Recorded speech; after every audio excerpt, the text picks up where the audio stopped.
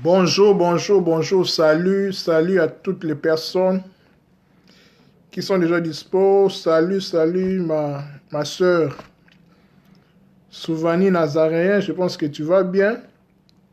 Salut à toutes les personnes. Salut mon frère El Guignol, salut, salut. Je pense depuis la Suisse, si je me trompe. Bonjour à tout le monde, bonjour, bonjour. Nous allons continuer et puis nous allons clôturer notre grand thème que nous avions avant-hier commencé avec comme sujet les péchés originels. Les péchés originels. Avant-hier, nous avions abordé la première partie avec comme sous-thème la tentation du serpent vers l'humanité. Aujourd'hui, nous allons clôturer. C'est la suite et fin. Donc, la deuxième partie est fin. Toujours le grand sujet, les péchés originels. Mais avec comme sous-titre les malédictions du serpent, d'Ève et d'Adam. Donc, notre sujet est tiré du livre de la Genèse dans son chapitre 3. La première partie, nous avions commencé du premier verset, on s'est arrêté au 11e verset. Aujourd'hui, nous allons continuer puis terminer à partir du verset 12e jusqu'au dernier verset, donc verset 24. Voilà. La première partie se trouve sur mon mur. Donc, si vous parcourez sur mon mur, donc vous allez retrouver la première partie de notre sujet sur le péché originel. Là où on a parlé sur la tentation du serpent vers l'humanité. Pour, pour faire un peu un petit récapitulatif de la première partie, pour les personnes qui n'étaient pas présentes, bien que la vidéo se trouve sur mon mur, je vais faire une brève synthèse par rapport à la première partie, donc la tentation d'Adam, comment ça s'est passé aujourd'hui, comment l'humanité a été trompée. Je vais survoler plus vite possible. Après, nous allons aborder notre sujet du jour, la suite et fin, sur les malédictions que Dieu, en fait, que Dieu a pris contre les serpents Adam et Ève. À la première partie, nous avions dit que le péché originel a commencé, bien sûr, au jardin d'Éden, tout cela, vous connaissez l'histoire, dans Genèse 3. On a épinglé des choses capitales. Nous avions vu comment les acteurs en fait de la scène. Quand je dis acteurs, nous voyons les serpents, donc les Satan, Ève et par la suite Adam. Mais c'est les serpents en fait qui est en fait, je dirais, l'acteur principal. L'acteur principal parce que tout est venu de lui. Voilà pourquoi dans le chapitre 3, on commence avec lui. On dit que les serpents étaient l'animal le plus rusé de tous les animaux du champ, ou bien de tous les vivants du champ. Ça dépend des traductions. Mais ici, nous avions vu, en fait, depuis nous continuerons de voir, selon aussi les textes originaux hébraïques, parce que comme je l'ai dit toujours, que la Bible n'a pas été écrite en français ni en anglais, ça a été écrit en hébreu pour ce qui est de l'Ancien Testament, donc de la Genèse. Voilà, c'est très important de le souligner. Donc, nous avons vu que les serpents, mais les satans, en hébreu, ça se dit Narash. Dans Narash, enfin, c'est l'article défini, c'est le, mais là. Narash, donc Narash, les serpents en hébreu, cache le verbe naror. Naror, en fait, qui veut dire conduire. Nous avions dit que le serpent ou bien le Satan a pour but de conduire l'humanité, de conduire l'homme, avec un grand tâche que ce soit l'homme ou bien la femme, vers lui-même en fait.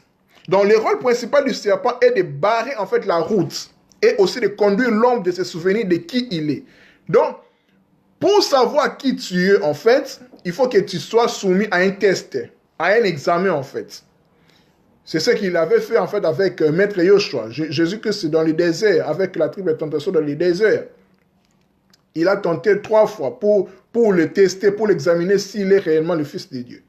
Pour l'amener en fait à se souvenir qui il est réellement, s'il est vraiment le Fils de Dieu. Donc, il faut passer par les tests. Donc, c'est une sorte de barrage de route, en fait. Donc, Satan est un testeur. C'est son rôle principal, en fait. Il nous teste, il nous barre la route, il nous met des épreuves de conque en jambe pour qu'on sache qui nous sommes, en fait, pour se surpasser. C'est ça le rôle principal du Satan. Donc, les serpents, en fait, c'est n'arrache, conduit. Donc, c'est son rôle principal. C'est ce qu'il avait fait envers l'humanité. Premièrement, avec Ève, parce que la séduction ou bien la chute est venue par l'entremise d'Ève. Voilà. Donc, les Satan et les serpents ici, qui étaient les plus rusés de tous les vivants du champ et de tous les bêtes sauvages du champ, les plus rusés, comment dire, à séduire ou bien à tromper Ève. Et puis nous avons dit aussi que le plus rusé de tous les animaux, en fait, le plus rusé de tous les animaux sauvages, ici, il y a plusieurs animaux sauvages, mais plusieurs vivants du champ. C'est-à-dire, dans ces cas-ci, quand on parle de Satan, il ne joue pas seulement le rôle du serpent. Nous avons aussi épinglé, quand vous lisez dans 1 Pierre, chapitre 5, verset 8, nous voyons qu'on nous dit que les diables et les Satan rôdent tout autour comme un lion. Donc, le lion ici, dans ce cas-ci, il est aussi une bête de champ, en fait, une bête sauvage, un vivant de champ. C'est-à-dire, les rôles de vivants de champ dans ce cas-ci, en hébreu, on les appelle les rayot. Rayot qui cache, en fait, la lettre hébreu retz. Retz, en fait, qui est la 9e lettre hébraïque, qui veut dire aussi barrière, barré. Donc, nous voyons ici que, essentiellement, ou bien intrinsèquement, les rôles du serpent, ou bien les rôles du diable, du Satan, en gros, quelles que soient les formes qu'il va prendre, joue le rôle de barrer en fait la route, de conduire l'humanité, l'être humain, à se souvenir qui il est en fait. D'où l'être humain doit passer par les tentations, par les épreuves, par les voilà en fait. C'est un examen en fait. Pour passer les classes, il faut passer par les examens, par les tests en fait, pour qu'on sache si réellement tu es vraiment capable de se surpasser. D'où le Satan vient pour te barrer, pour nous barrer en fait la route. C'est ça en fait son rôle principal. C'est ce que les serpents qui était ou bien qui est le plus rusé de tous les animaux, de tous les vivants du champ, a fait avec l'humanité, premièrement avec Ève. Voilà. Donc, et puis nous avons dit que rusé en fait, ça veut dire aussi celui qui connaît les chemins. Ça va du même sens de ce que je suis en train de dire. Après cela, nous avons vu comment Ève a été séduite, tout cela trompé. Adam, son mari, était aux abonnés absents. Adam qui était censé être éveillé parce que Adam, c'est lui qui avait reçu le commandement de n'être pas séduit en fait. Et puis nous avons vu au-delà de l'extérieur de l'homme et la femme, nous avons vu aussi que l'histoire d'Adam et Ève et les serpents, ça passe à l'intérieur de nous. Nous avons défini que Adam, c'est la partie consciente. C'est la partie consciente de l'être humain, de notre partie consciente. Et puis Ève, c'est la partie inconsciente. C'est cette partie-là que les Satan, que les diables, ou bien les serpents dans ce cas-ci, utilisent en fait. Utilisent pour comment on dit, nous faire tomber en fait. Quand la conscience n'est pas éveillée, en fait, la conscience laisse en fait, je dirais, la balle à l'inconscience. Donc, l'homme est propriétaire et responsable de son inconscience, en fait. Vous voyez, c'est à l'homme maintenant de se connaître qui il est pour ne pas tomber de la ruse, en fait, du serpent, comme Ève est tombée. En fait, Adam et Ève, l'histoire de la Genèse 3, Adam et Ève, donc l'humanité qui représente avec l'humanité, parce que Adam et Ève, c'est nous, en fait. Adam et Ève, c'est nous, parce que il représente notre ancienneté, notre prototype en fait. L'ancienneté en fait, c'est comme on dit, c'est nos premiers parents, dans le sens où nous sommes des êtres adamiques. Nous venons d'Adam. Adam, ça veut dire, Adam, ce n'est pas le nom d'une personne. Adam, c'est un terme générique qui veut dire celui qui est tiré de la terre. Adama. Adama, c'est la terre. Donc, Adam, qui veut dire aussi dame, qui veut dire rouge, l'homme rouge. Donc avec le sang rouge en fait. Donc c'est notre histoire. L'histoire d'Adam et Ève, c'est notre histoire selon la Bible. Ça parle de l'humanité en fait. Bien que ce n'est pas seulement la Bible qui parle de la sélection de la chute, il y a aussi d'autres livres et d'autres récits au travers du monde qui parlent aussi de l'histoire d'Adam et Ève, mais dans une autre version. Quand on va en Grèce par exemple avec le mythe de Prométhée, quand il vola le feu, Zeus, les condamnant au mot Caucase, chaque jour, régulièrement, l'aigle vint pour le ronger le foie, tout cela. Nous voyons aussi le mythe de, la boîte de Pandore. En fait, ça va dans le même sens avec Ève. Donc, la révélation des secrets, puis l'humanité a chuté, puis les douleurs sont venues vers l'humanité. Donc, l'histoire d'Adam et Ève, comme je vous ai dit, ça nous parle en fait. Ça nous concerne énormément. Voilà, c'est ça en fait ce que nous avions dit. C'est juste un bref aperçu de ce que nous avions dit avant-hier en ce qui concerne la première partie, la tentation du serpent vers l'humanité. Aujourd'hui, nous allons terminer, donc la deuxième partie, nous allons terminer notre sujet donc, sur le péché originel avec comme sous-titre « Les malédictions du serpent d'Ève et d'Adam ». Donc voilà, aujourd'hui nous allons voir, c'est toujours Genèse chapitre 3, mais nous allons commencer par les versets 12, là où nous sommes arrêtés, jusqu'au verset 24. Nous allons terminer aujourd'hui. Si vous avez des questions, n'hésitez pas, donnez-moi des likes, des j'aime si vous voulez, partager la vidéo si vous voulez, ça sera vraiment très important. N'hésitez pas à me poser des questions, n'hésitez surtout pas à propos de ces sujets. Voilà. Nous allons en fait procéder comme la fois passée. Nous allons lire chaque verset et puis nous allons expliquer ça selon aussi les textes hébraïques, si ça nous concerne vraiment. C'est vraiment très important. Voilà. Nous continuons, nous sommes dans le verset 12, dans Genèse chapitre 3, verset 12. Nous allons lire verset par verset pour que nous comprenions bien en fait, comme je l'ai fait avec la première partie. Genèse chapitre 3, verset 12, je commence. L'homme répliqua, c'est la femme que tu m'as donnée pour compagne, c'est elle qui m'a donné ses fruits et j'en ai mangé. Ici, en fait, c'est comment dire, c'est maintenant Dieu qui commence à questionner Adam, après avoir vu que l'humanité, dont Adam et Ève, ont mangé l'arbre interdit. Maintenant, Dieu questionna Adam. En fait, Adam, c'est le responsable, c'est le chef, en fait, parce que c'est lui dont Dieu avait dit, voilà, il ne va pas manger, tout cela, tout cela. Voilà. Donc, je répète, l'homme répliqua à Dieu, c'est la femme que tu m'as donnée pour compagne, c'est elle qui m'a donné ses fruits et j'en ai mangé. Maintenant, nous allons étudier ça aussi selon le texte hébraïque, parce que comme je vous ai dit toujours, je le répète, la Bible a été écrite en hébreu, pas en français. C'est toujours important de comprendre le sens des mots en hébreu. C'est vraiment très important.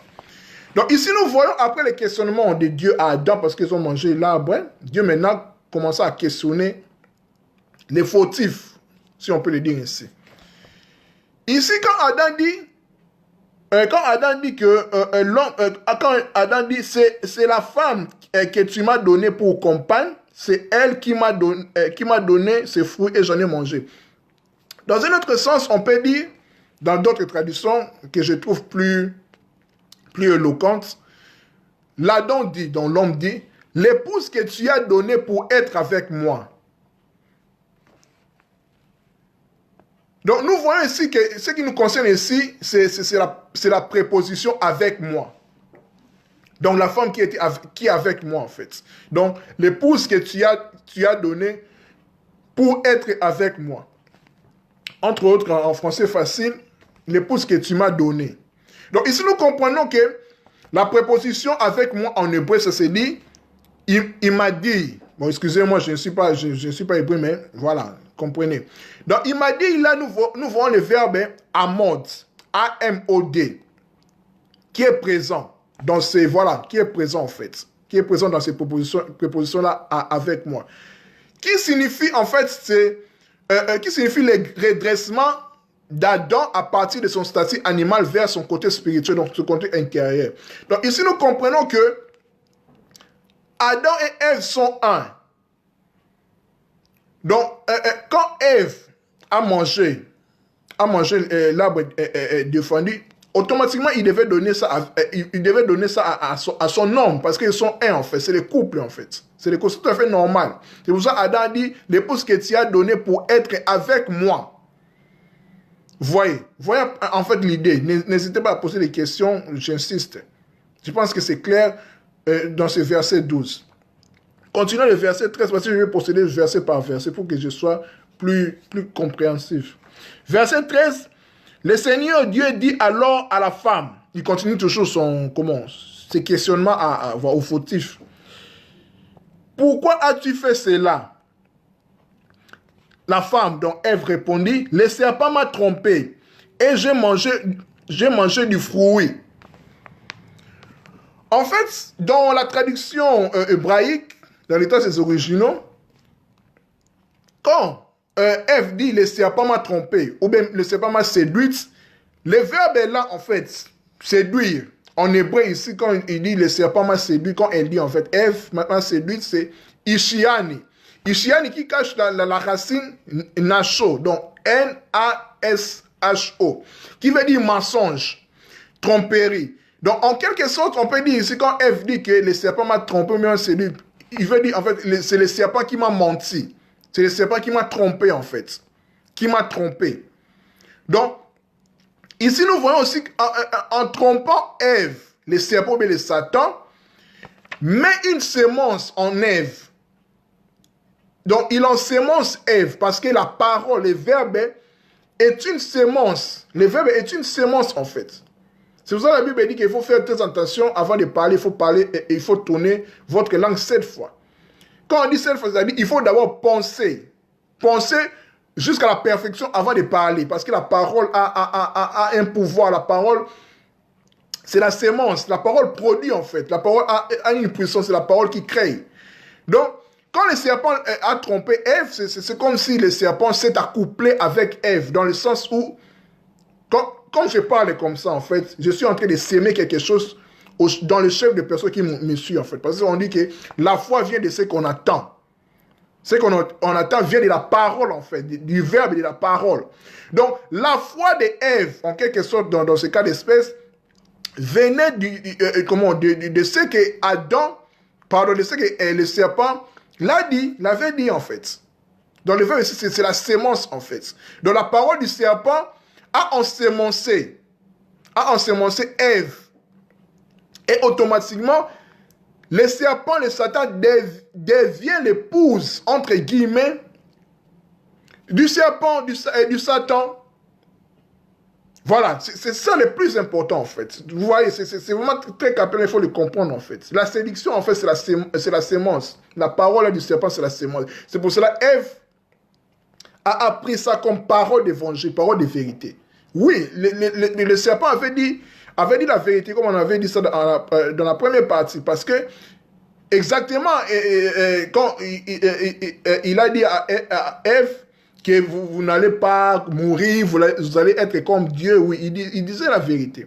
Mais c'était en fait un piège pour faire chuter l'humanité. Parce que l'humanité, donc Adam et Ève, ont désobéi. Voilà.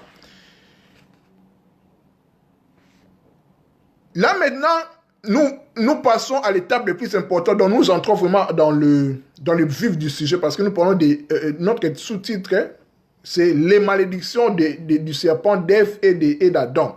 Donc le grand thème, c'est péché, le péché originel. Deuxième partie, c'est fait. La première partie se trouve sur mon mur. N'hésitez pas à poser des questions, partager, liker, si vous voulez. Voilà. Dans le verset 14, là où nous commençons vraiment notre sujet du jour, Dieu commence maintenant à prononcer ses sentences, ou bien ses punitions, ses malédictions, entre guillemets. Alors le Seigneur Dieu dit au serpent, « Puisque tu as fait cela, je te maudis.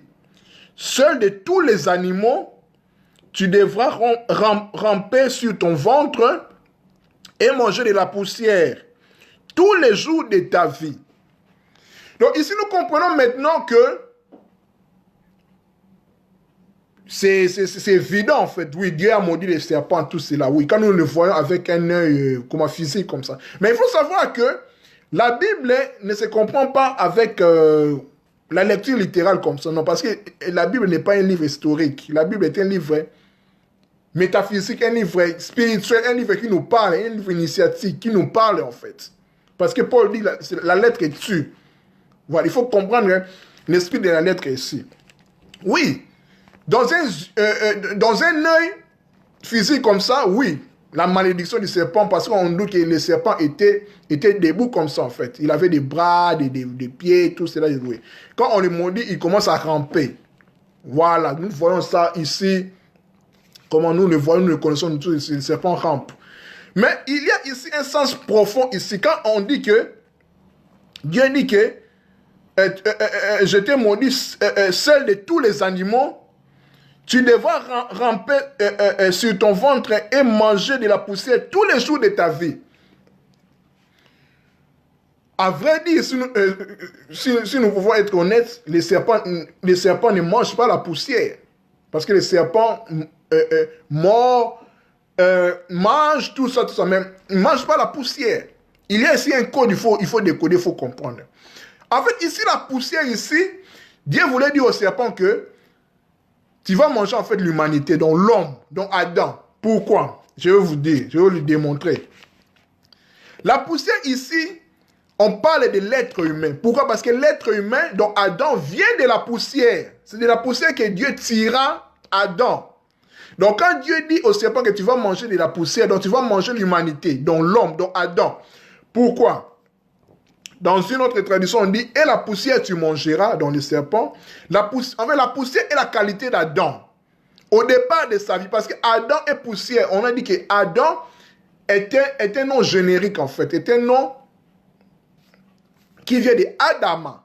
Adama qui veut dire la terre rouge, en fait. Dame, c'est le sang, c'est rouge, en fait, parce que Adam, c'est nous. Adam, l'histoire d'Adam et Ève, ça nous concerne, en fait, au plus lointain, en fait. Ça nous concerne, en fait. C'est pour cela ça continue à être toujours d'actualité. Donc, la poussière est la qualité d'Adam. Bonjour mes soeurs Chacha et Christelle. N'hésitez pas à poser des questions, voilà.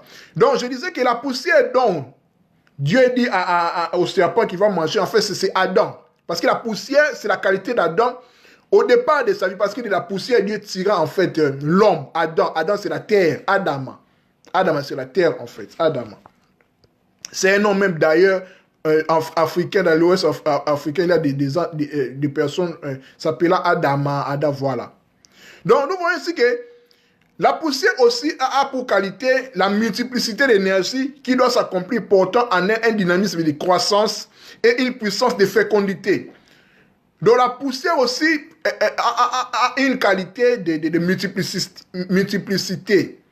De fécondité aussi. Parce que c'est grâce à la poussière que nous plantons nos fruits, nos légumes. En fait, la terre, la poussière a qualité de fécondité, en fait. Vous voyez. La poussière, en hébreu, ça veut dire afar.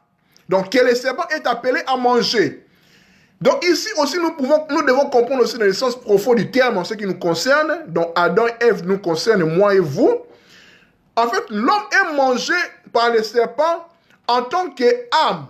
En tant qu'âme psychique, c'est-à-dire en tant qu'homme pensant, homme qui pense dans son âme en fait psychique. Quand on dit psychique, c'est au niveau des émotions, de pensées, des sentiments en fait. Donc, les serpents, c'est le rôle en fait du diable, en fait du Satan. Du Satan en fait, c'est son rôle en fait. Son rôle, c'est de nous manger, en fait, à l'intérieur de nous. Comme je vous ai dit, en fait, la fois passée, que Satan n'est pas en dehors de nous. En ce qui nous concerne, il est aussi à l'intérieur de nous. Quand nous recevons de mauvaises pensées, de mauvais sentiments, de peur, de suicide, de dépression, de jalousie, en fait, c'est Satan, en fait, qui est en train de nous éprouver. Parce que le rôle principal, comme je vous ai dit, Le rôle principal du Satan, c'est de nous barrer la route, de nous tester qui nous sommes réellement, de nous conduire vers nous-mêmes qui nous sommes réellement. C'est pour cela qu'il a tenté Jésus-Christ dans le désert. Il a dit, il savait bien que Jésus-Christ est le Fils de Dieu. Mais quand même, il vient, il dit, si tu es le Fils de Dieu, fais ceci, transforme la pierre au pain, tout cela, tout cela. Il savait bien, mais il voulait seulement insinuer le doute. C'est ce qu'il est en train de faire aussi avec l'humanité. Vous voyez? Donc, quand nous avons des sentiments, des pensées en dehors de ce que Dieu veut, en fait, c'est Satan, en fait, qui est en train de nous ronger. C'est Satan qui est en train de nous manger, en fait, au niveau de notre âme psychique. Je pense que c'est clair. Vous voyez? Donc, les serpents, les Satan, stérilisent, en fait. Stérilisent l'Adam. L'Adam qui, on a vu ici, qui est poussière, qui est tiré de la poussière qui est en fait la fécondité, la multiplication, mais il stérilise en fait Adam, qui ne reste qu'un homme du 6e jour. Esclave, en fait, il devient comme une âme, en fait, une âme donc au niveau de son homme psychique. Il n'est plus esprit, il n'est plus divin, en fait. Bien qu'il est divin, en fait, mais il a perdu cela. Le diable, en fait, les Satan, les serpents, l'a stérilisé, en fait. Vous voyez? Donc, il ne peut pas passer au 7e jour, parce que le 7e jour, c'est le niveau du repos. Dieu se repose. Le 7e jour, il est emprisonné dans le 6e jour. 6e jour qui donnera, en fait, plus tard, avec les 666. Vous voyez? Donc, l'homme de la bête dans le 6, en fait. Il est en train de tourner seulement. Des ronds-points, en fait. Vous voyez le sens de... Tu mangeras la poussière tous les jours de sa vie. Donc, poussière là, c'est Adam. Tu mangeras l'homme dans son niveau âme psychique, dans ses niveaux mentaux, dans ses niveaux émotionnels et sentimentaux. La peur, la dépression, tous les envies là, maléfiques, diaboliques, sataniques qui nous rongent toujours. C'est Satan qui est en train de nous manger, en fait. C'est les serpents, en fait, qui nous mangent. Voilà ce que nous devons comprendre par rapport à ce verset 14. Continuons le verset 15. Dieu continue toujours à maudire, en fait, à maudire les serpents. Il dit, je mettrai l'hostilité entre la femme et toi, entre sa descendance et la tienne, dans la descendance de la femme et la descendance du serpent. La sienne, donc du serpent, t'écrasera la tête. Pardon, de Ève écrasera la tête du serpent, tandis que le serpent mordra les talons d'Ève. Qu'est-ce que nous devons comprendre ici? En fait, ce que nous devons comprendre, quand Dieu dit, je placerai une intimité, une inimitié. Ici, on dit hostilité, mais la vraie tradition, c'est inimitié. Dans inimitié, ici, nous voyons, j'aime vraiment l'hébreu, j'aime beaucoup les langues, parce que j'ai découvert beaucoup de choses ici que je partage avec vous. Inimitié, ici, en hébreu, ça veut dire, on dit we'eiba. Dans we'eiba, ici, ça cache le verbe haïr, qui est ayob. Donc, dans inimitié, là, on dit ici, comment, la haine, en fait. Donc, quand Dieu dit, je placerai l'hostilité ou l'inimitié, Dieu voulait dire, en fait, je placerai la haine, entre guillemets, en fait, la haine. La haine entre la sémence du serpent et la sémence de la femme. Vous voyez? Donc, c'est haïr, en fait. C'est la haine, en fait. Comment la haine. Le verbe haïr. Entre toi, le serpent et la femme. Dans inimitié aussi, ici, c'est la même signification aussi avec le nom de Job. Job, en hébreu, ça veut dire Iob. Ça veut dire inimitié. Job, ça veut dire inimitié. Ça paraît un peu bizarre. Pourquoi inimitié? Parce que dans le récit de Job, c'est en fait la guerre entre Dieu et Satan, en quelque sorte, à travers Job. Parce que Job était en confrontation avec Satan. Parce que Dieu permit à Satan d'éprouver Job, de le détruire, de tuer ses siens, de tuer les siens, de les rendre pauvres, et tout cela. Vous voyez? Donc, Job qui veut dire inimitié, c'est là où on nous parle ici dans le verset 15, quand Dieu dit, je placerai une inimitié, une hostilité en fait. La haine entre toi et entre ta descendance et la descendance de la femme. Nous voyons aussi, c'est l'histoire de Job en fait. Job avec les Satan. Si Dieu le permet, les jours à venir, nous allons parler sur les Satan, les diables. Nous allons comprendre en fait, nous allons faire vraiment une émission, un live. Nous allons parler de qui est Satan, les diables et tout cela. Bibliquement parlant. Donc vous voyez, donc la sémence du serpent et le Satan, vous le savez. Et puis la sémence de la femme, c'est Maître Yoshua, Jésus-Christ en fait. Parce que nous parlons de la Bible. Ce sont des textes en fait prophétiques. C'est les combats même. C'est pour ça que vous verrez même dans l'Apocalypse quand on dit que quand la femme donna l'enfant, il courit, les dragons, enfin les dragons c'est les serpents en fait. Qui poursuit en fait la femme pour manger en fait sa sémence. C'est comme ça. Je pense que c'est clair. Donc, la sémence de la femme écrasera la tête du serpent. La tête ici, ça veut dire principe, roche. Principe, chef, faux époux de l'Adam, en fait. Le faux époux, en fait, le faux mari, en fait. Qui s'est substitué, en fait, qui a remplacé Adam, le faux mari d'Ève. Quand je vous ai dit que Ève, comment le serpent ensémença par sa parole, en fait. C'est comme s'il épousa Ève. Il épousa la femme. Parce que Adam était aux abonnés absents quand on a séduit Ève. C'est comme si le Satan était en train de marier, en fait. De faire un mariage par la parole. Parce que la parole, c'est la sémence. Je vous ai dit. La sémence du serpent, qui est Satan, écrasera les talons de la femme. En fait, les talons, c'est la racine de la femme, en fait. De l'humanité, en fait. On l'a détourné, mais jamais la détruire. Donc, c'est-à-dire que les Satan, les diables, les serpents peuvent faire tous les manigances qu'ils font, tout cela pour détourner l'homme, la femme, l'humanité, nous, vers les bons chemins. Mais il ne va jamais nous détruire. Il ne va jamais détruire l'humanité parce que l'humanité a la sémence de Dieu. C'est le même cas avec Job. Malgré la destruction, malgré les souffrances horribles, tout cela, mais Job n'a jamais, bien qu'il a maudit les jours de sa vie, mais il n'a jamais maudit Dieu. Parce que, fin de fin, il recouvra sa dignité dans le temps, même plus que ça. Vous voyez, quand on dit les talons, c'est la racine, en fait. Les talons, c'est en bas. C'est la racine, en fait. La racine, parce que il faut savoir que l'être humain est un arbre. Est un arbre, en fait. Vous voyez, est un arbre. C'est pour cela que vous voyez même en Kikongo, pour dire, ou bien en Ingala, pour dire arbre, c'est nzete. Nzete qui connote aussi avec nzoto. Vous voyez, c'est vraiment très important. Continuons. En fait, Ève ici, étant trompée, étant séduite par les Satan, devient le mal, en fait. C'est là où le mal est entré, en fait. C'est là où le mal est entré. Après avoir parlé de la malédiction du serpent, maintenant nous allons parler de la malédiction de la femme.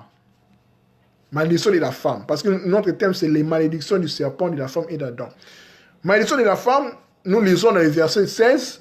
Il y a des questions pour des personnes qui me suivent. N'hésitez pas à les poser. Verset 16. Le Seigneur dit à la femme, je rendrai tes grossesses pénibles. Tu souffriras pour mettre au monde tes enfants. Tu te sentiras attiré par ton mari, mais il dominera sur toi. Voilà.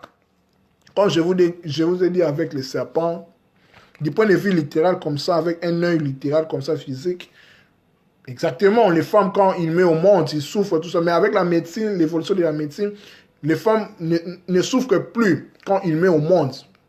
Voilà. La science a vraiment mis un cap supérieur par rapport à cela. Mais dans le point de vue spirituel, dans le point de vue de profondeur, de comprendre les textes, on peut les comprendre que avec l'hébreu bien sûr, parce que la Bible n'a pas été écrite en français, je le répète encore. Quand on dit que tu souffriras, donc tu endureras des douleurs pour mettre au monde des enfants.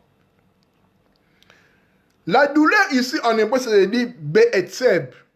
Dans Be'etzeb, là, nous voyons au centre, nous voyons le mot Et. Et, est-ce qui veut dire arbre. Est-ce qui veut dire arbre.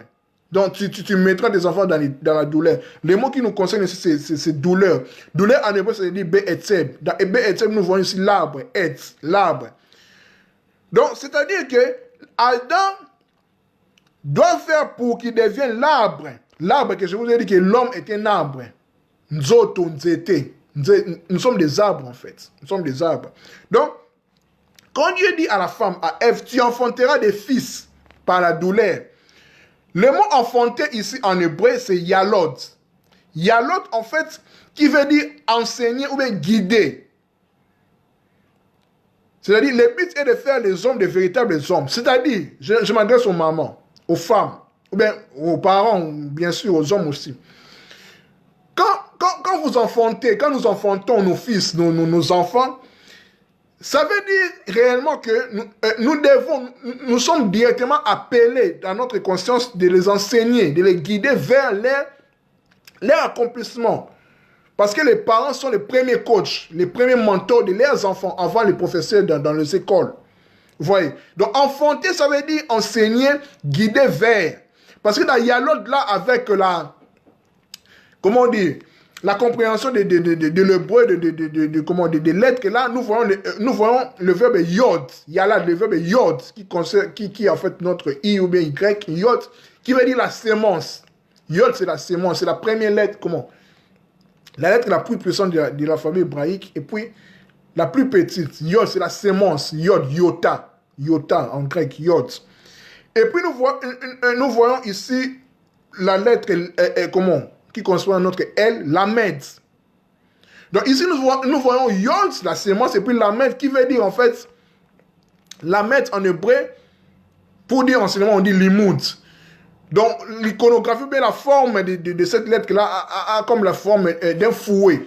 Donc lamed, ça veut dire enseigner, ça veut dire instruire, ça veut dire châtier. Ça veut dire quand on dit qui est bien châtié là, ça veut dire instruire.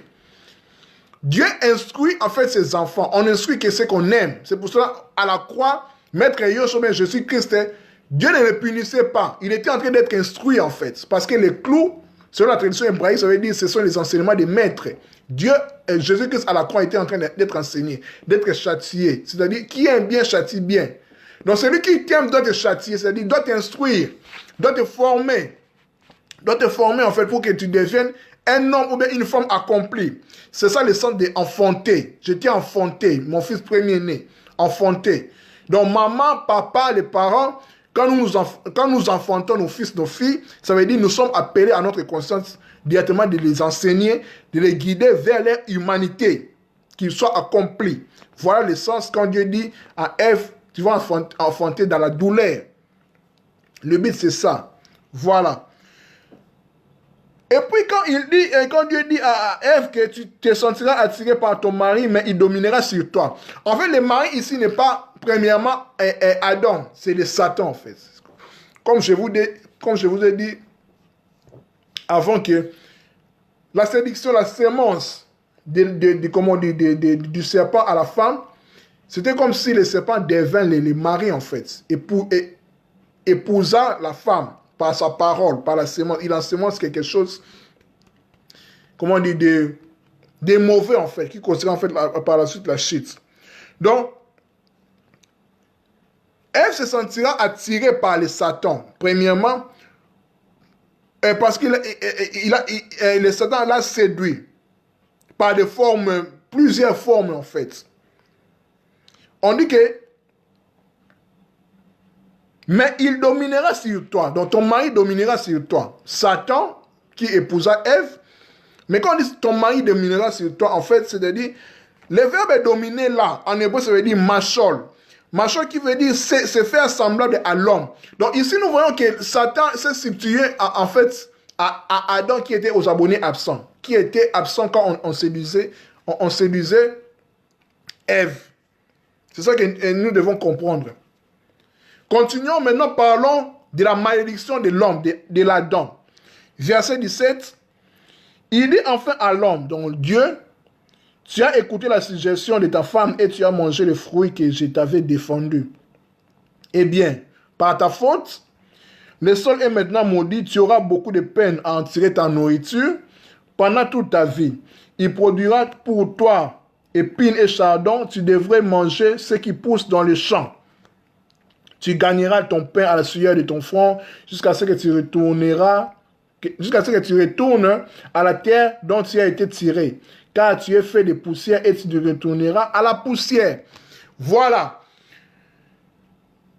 Au premier abord de cette lecture de ce texte, nous voyons directement ce que nous sommes en train de voir dans l'humanité. Voilà, la sueur de ton front pour manger, il faut souffrir. Quand tu vas mourir, on fait de la poussière, nous allons retourner à la poussière. Mais tout le monde ne retourne pas à la poussière, physiquement comme ça, parce qu'il y a aussi des morts, des personnes qui meurent dans l'eau.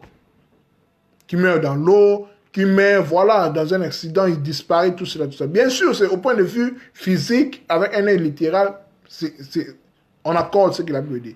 Mais notre but est, comme je vous ai dit, que la Bible doit être abordée dans plusieurs schémas.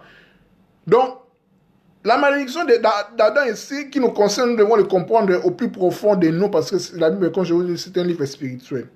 Dans le verset 17, nous avons dit que Adam étant écouté Ève, donc il subissait en fait la malédiction aussi, ça parle de malédiction. Adam était irresponsable, il était aux abonnés absents, comme je l'avais dit, je le répète encore, parce que Ève étant séduite par le serpent, obligatoirement, Ève devait donner aussi à son mari pour manger cela en fait. Nous avons vu ça dans le verset 12. On a dit, l'épouse que tu as donnée pour être avec moi, l'épouse que tu m'as donnée en fait, il m'a donné cela. C'est normal en fait, c'est le couple, c'est l'amour qui causera en fait la malédiction aussi à Adam. Et puis la chose la plus importante que nous devons retenir ici, le mot en fait, c'est dans le verset 18, il est dit, Dieu dit, en fait la terre, donc le sol, produira pour toi épines et chardons. Tu devras manger ce qui pousse dans les champs. C'est-à-dire, dans notre tradition, on dit ronces et épines, donc épines et chardons. Nous voyons que les ronces ou bien les épines, ce sont des, voilà, ça empêche la croissance la croissance d'une plante ou bien d'une nourriture en fait, qui vient du sol. Donc nous voyons aussi l'idée de la souffrance, de la souffrance. Dans le mot hébraïque ici qui parle épines et chardons, bien ronces et épines, il y a le mot ici, on dit, c'est le mot dar, qui connote en fait avec la détresse, l'affliction. Nous comprenons ici que Dieu donna la sentence de l'affliction en fait, qu'il souffrira, qu'Adam souffrira, mangera à la sueur de son front, tout cela. Mais, dans le texte hébraïque, j'aime quelque chose, on dit, c'est pas la sueur de ton front, en fait, on dit c'est la sueur de tes narines. Parce que le souffle vient, est entré par nos narines en fait. Nous respirons via nos narines, via notre nez. Donc, les sueurs, en fait, quand quand nous transpirons, en fait, les sueurs semblent être une perversion de ce souffle. Vous voyez, le souffle qui devait être, en fait, pour la cause de Dieu, mais par la séduction, par la consommation de cet arbre, et Dieu dit que tu vas souffrir, tu vas peiner, en fait, tu vas transpirer pour avoir de quoi manger. Donc, ici, en fait, on dit la sueur de tes narines. Des narines en fait. Donc pour avoir quelque chose, tu dois transpirer, tu dois respirer en fait, tu dois souffrir parce que la sueur semble être une perversion du souffle en fait. Parce que la vie est venue via les narines d'Adam, de l'homme. Et puis Dieu continue dit, au verset 19, jusqu'à ce que tu retournes à la terre, tu as été tiré car tu es fait pousser, tu retourneras à la poussière. Ça, c'est simple en fait. Mais moi, je ne veux pas qu'on s'arrête là. Comme on dit en Lingala, c'est simple ça. Mais la Bible étant un livre qui nous parle en fait, on doit l'aborder à une autre façon pour qu'on comprenne. Quand Dieu dit que jusqu'à ce que tu retournes vers la terre, dans la poussière, comme on a dit Adama, la poussière en fait, Adama, la poussière, d'où la poussière par laquelle le serpent, sa malédiction en fait, tu mangeras la poussière, tu mangeras, en fait, nous avons vu que tu mangeras Adam. Donc, quand Dieu dit à Adam, jusqu'à ce que tu retournes à la poussière, tu es venu à la poussière, tu retournes à la poussière, il veut dire en fait, jusqu'à ce que tu retournes vers la Adama, là où je t'ai tiré en fait, là où tu viens. C'est-à-dire, jusqu'à ce que tu retournes Jusqu'à ce que tu te souviens là où tu es venu, en fait. Là où tu es venu, tu es venu, du ventre de la terre, parce que la terre est une mer. La terre est une mer, en fait. Vous voyez, la terre est une mer. Donc Adam vient d'une mer, dans la terre Adam vient d'une mer, en fait. C'est comment dire, c'est la terre qui engendre, en fait, Adam. La mer, dans la terre mère, Adam. Vous voyez? Donc, c'est comment dire, sa terre intérieure. Donc ici, Dieu appelle appelle Adam de se repentir, en fait. C'est pour ça que j'ai mis un statut sur mon Facebook où j'ai dit que l'appel à la repentance ne commence pas avec Jean-Baptiste, ça commence avec Dieu à Adam. Donc, au Uta Mabele, au Son Mabele, tu viens de la poussière, ça veut dire en fait, retourne d'où tu viens en fait, répands-toi, va vers toi-même en fait, comme Dieu a dit à Abraham. Donc, quand nous lisons dans Genèse 12, quand on dit qu'Abraham doit quitter pour voir, là c'est simpliste, mais Dieu disait à Abraham, va vers toi-même. Donc, va vers toi-même, c'est-à-dire répands-toi. Donc, va vers toi-même, va à l'intérieur de toi-même, en fait. Parce que ce que tu cherches à l'extérieur, c'est en toi, en fait. C'est pour cela, Maître Jésus qui se dira, le royaume de Dieu est au-dedans de vous. Est au-dedans de vous. Le royaume de Dieu est au-dedans de nous, parce que nous sommes les temples du Saint-Esprit. Dieu habite en nous. Donc, tu viens de la poussière, tu retournes à la poussière. Ça veut dire, en fait, retourne-toi. Ici, retourne-toi, en hébreu, on dit tachouv. Tachouv, qui donnera en grec métanoïa. La repentance, la pénitence. Retourne-toi. Le changement de mentalité. Le changement de mentalité. Donc, mourir de soi-même. Donc, venir de la poussière, retourner à la poussière, c'est-à-dire, retourne vers toi-même. Retourne vers la Adam. Donc, là où tu es venu, en fait. Là où tu es terre, en fait. Retourne vers toi-même, vers cette poussière que tu es. Assume cela, la multiplicité que la poussière égorge, pour conquérir ton unité à toi. Éveille-toi, deviens fécond. Vous voyez? Donc, c'est ça, en fait, le sens de Outa Mabele, Rosora Mabele. Donc, tu es venu de la poussière, tu retournes à la poussière. C'est l'appel à la repentance, le changement de mentalité, la métanoïa, la pénitence, d'aller vers soi-même, de mourir, en fait, d'abandonner tes vieilles mentalités, la mentalité de la shit. En fait, connais-toi toi-même, en fait. C'est ce que même Jésus-Christ est venu à l'humanité, vers l'humanité, quand il dit que vous connaîtrez la vérité vous affranchira. La vérité, là, ça veut dire de ne plus oublier, de ne plus vous oublier vous-même, en fait. Parce qu'en grec, vérité, ça veut dire, comment? Aletheia. L'éther qui donnera l'étage dans la mort. Ah, c'est privatif. Donc, non oublie. Quand Jésus-Christ dit, vous connaîtrez la vérité vous affranchira, c'est-à-dire, vous devez vous connaître vous-même, en fait. Parce que le royaume de Dieu est au-dedans de vous. Vous êtes les temples de Dieu, en fait. Connais-toi toi-même. La sagesse grecque le dit. Vous voyez. Après cela, après le verset 19, le verset 20 nous dit, l'homme, je dis Adam, nomme sa femme Ève, qui veut dire la vie, parce que la femme donne la vie. Ève, c'est le côté biologique, en fait. La femme, voilà, l'état féminin, sa fonction de maternité. Dans le verset 21, nous voyons le Seigneur fit à l'homme et à sa femme des vêtements de peau, des bêtes et les habilla. C'est-à-dire, en tunique de peau, c'est-à-dire, il devait aveugle, en fait. C'est-à-dire, Adam et Ève qui étaient dans une lumière avant la chute, il chita. Par la séduction du serpent, Dieu leur fit des tuniques de peau. C'est-à-dire, ils deviennent aveugles, en fait. Ils s'oublient, en fait, qui ils sont, en fait. C'est aussi une façon de voir. Et puis dans le verset 22 jusqu'au verset 24 à la fin, ça ne va pas vraiment, ça ne vaut pas vraiment de la peine pour l'expliquer parce que c'est clair en fait. Mais ce que je peux vous expliquer, c'est par rapport au chérubin. Chérubin, en fait, qui empêchait en fait Adam et Ève de toucher l'arbre de vie. En fait, les chérubins sont des porteurs de la présence divine. Ce sont les premiers, je dirais les premiers, selon l'angéologie en fait chrétienne, les premiers, je dirais les premiers dans la hiérarchie céleste, des êtres célestes en fait.